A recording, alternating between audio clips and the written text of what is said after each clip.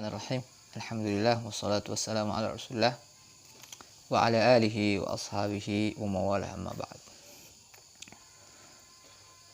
Alhamdulillah, bersyukur kepada Allah Subhanahu wa taala, bersalawat kepada Rasulullah sallallahu alaihi wasallam. Allahumma shalli ala sayyidina Muhammad wa ala ali sayyidina Muhammad. Pada pertemuan kali ini kita akan membahas tentang Al-Qur'an, definisi Al-Qur'an. Rekan-rekan mahasiswa yang dirahmati Allah Subhanahu wa taala, kalau sebelumnya kita terakhir membahas terkait dengan perkembangan sejarah ya ulumul Quran, maka sebelum lebih jauh kita akan berikhtiar untuk memahami tentang Al-Quran ya, karena kita di kelas ini seperti yang saya amati dari ragam atau background yang beragam, maka saya akan mencoba untuk membuat definisi yang sederhana yang mudah-mudahan bisa dipahami semua ya. Pertama terkait dengan pengertian Al-Quran. Al-Quran itu sendiri secara bahasa merupakan bentuk, dalam bahasa Arab ya, merupakan bentuk masdar atau infinitif dari qara'a, kata kerja qara'a yaqra'u qira'atan Qur'anan, yang berarti bacaan. Jadi qara'a membaca dengan waktu lampau, kemudian yaqra'u sedang membaca, qira'atan wa Qur'anan itu berarti bacaan ya. Itu secara bahasa, secara etimologi. Kata bacaan ini didasari oleh firman Allah Subhanahu wa taala dalam surah Al-Qiyamah ayat 17 dan 18. Qala ta'ala a'udzu billahi minasyaitonir rajim. Inna 'alaina jam'ahu wa qur'anah. Fa idza qara'nahu fattabi' qur'anah. Ada dua kali pengulangan kata Quran di sini dengan diidhafahkan kepada dhamir ghaib ya. Hu ya. Inna 'alaina jam'ahu wa qur'anah. Sungguh kami yang mengumpulkannya dan membacakannya.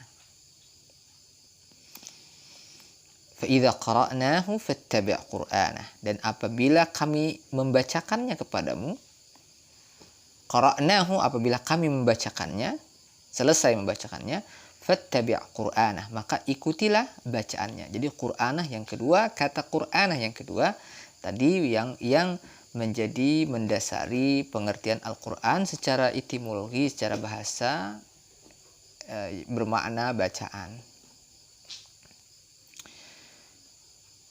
Ini bentuk makna yang pertama dalam bentuk makna lugawi, makna kebahasaan yang pertama dalam bentuk masdar bacaan. Kemudian makna yang kedua dari makna kebahasaan dari Al-Quran itu adalah dimaknai maf'ul ya. Maknai maf'ul, kata di masdar ini maknanya pengertian maf'ul. Maf'ul berarti yang dibaca ya, matlu, makru ya. Jadi ada dua pendapat.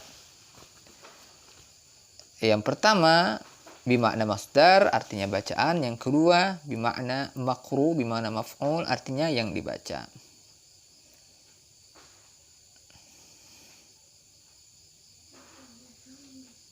Pendapat yang lain, kalau tadi dia berasal dari ada akar katanya yaitu qara'a mushtaq ya.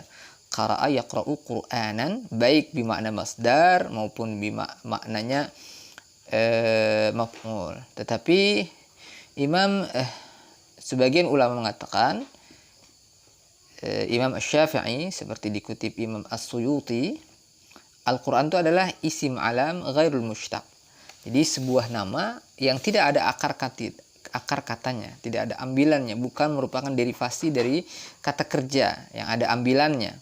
Dia adalah sebuah nama, sebagaimana penamaan terhadap kitab-kitab sebelumnya, Taurat, Injil, Zabur, dan lain sebagainya. Jadi ada 3 pendapat. Pertama, berarti bacaan. Yang kedua, berarti yang dibaca. Yang pendapat ketiga, secara bahasa Al-Quran itu adalah nama.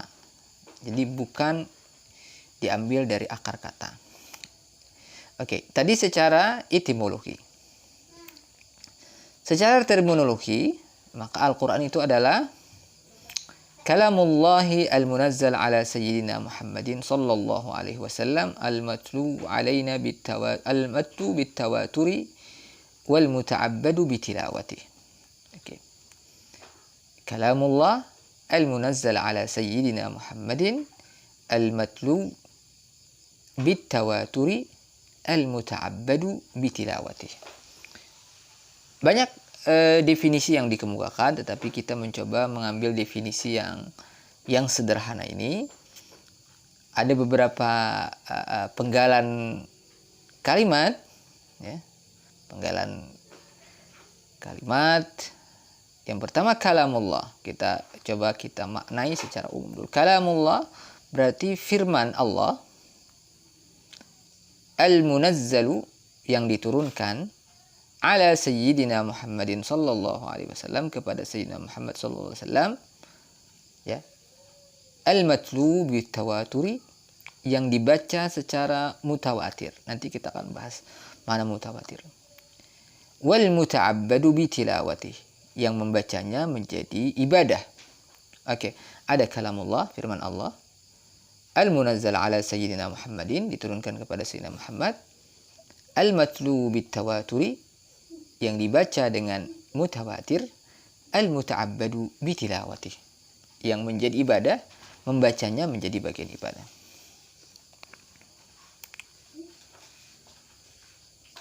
Ini pengertian kalamullah. Nah, kata kalamullah ini, ya, berarti yang dikhususkan adalah firman Allah, bukan firman manusia, bukan firman malaikat, bukan perkataan malaikat, bukan perkataan manusia, bukan perkataan jin, tapi perkataan atau firman Allah. Nah, nanti disempitkan lagi, karena ketika firman Allah maka ada Taurat, ya, ada kalam-kalam yang lain. Nah, untuk membedakan Al-Quran dengan yang lain, maka ditambahkan deskripsi al-munazzal ala sayyidina Muhammad, yaitu diturunkan kepada Sayyidina Muhammad sallallahu alaihi wasallam. Dan perlu dipahami bahwa ada kalam yang tertulis, tersurat, dan tersirat. Ada yang tertulis, ada yang tidak tertulis. Nah, maka yang di sini adalah yang dimaksud kalamullah ini adalah karena langit dan bumi seluruh isinya ini adalah merupakan bentuk firman-firman Allah yang tidak tertulis, yang tidak bisa, yang dapat menunjukkan. Jadi semua ini tadullu ala annahu wahidu, semua menunjukkan kebesaran Allah Subhanahu wa taala menurut pendapat ulama. Jadi al-munazzal, tapi yang lebih khusus lagi di sini bahwasanya yang dimaksud kalamullah ini umum, dikhususkan al-munazzal ala sayyidina Muhammadin, yang diturunkan dengan kepada sayyidina Muhammadin sallallahu alaihi wasallam. Nah, kemudian al-munazzal ala sayyidina Muhammadin, maka keluar ke pengkhususan sayyidina Muhammadin ini, maka dia menafikan atau mengeluarkan definisi lain yang berkemungkinan masuk ketika tanpa ada penjelasan atau tambahan ala sayyidina Muhammadin. Maka ada Musa dengan Zabur, Musa dengan Taurat, Zabur, Daud, dan kemudian Isa dengan Injil dan suhuf Ibrahim dan Musa. Nah, kemudian at-tawatur, kata al-mutawatir, al-matlu bit-tawatur, ya. Karena Al-Quran ini diterima dengan mutawatir, berbeda dengan kalam-kalam yang lain. Ya, kalau ada hadis mutawatir yang diriwayatkan oleh banyak orang, tetapi nanti, dan ini ada kesan, nanti ini akan menyamakan dengan Al-Quran. Ada sedikit kemiripan yang sama-sama melalui proses tawatur, ya, yang diriwayatkan. Tetapi ada penambahan klausul al-muta'abbadu bitilawatih, yaitu membacanya menjadi ibadah. Karena Al-Quran saja yang membacanya adalah menjadi ibadah. Berbeda dengan hadis. Nah, artinya Al-Quran dibaca di dalam salat. Nah, sementara hadis tidak dibaca di dalam salat dan tidak menjadi ibadah.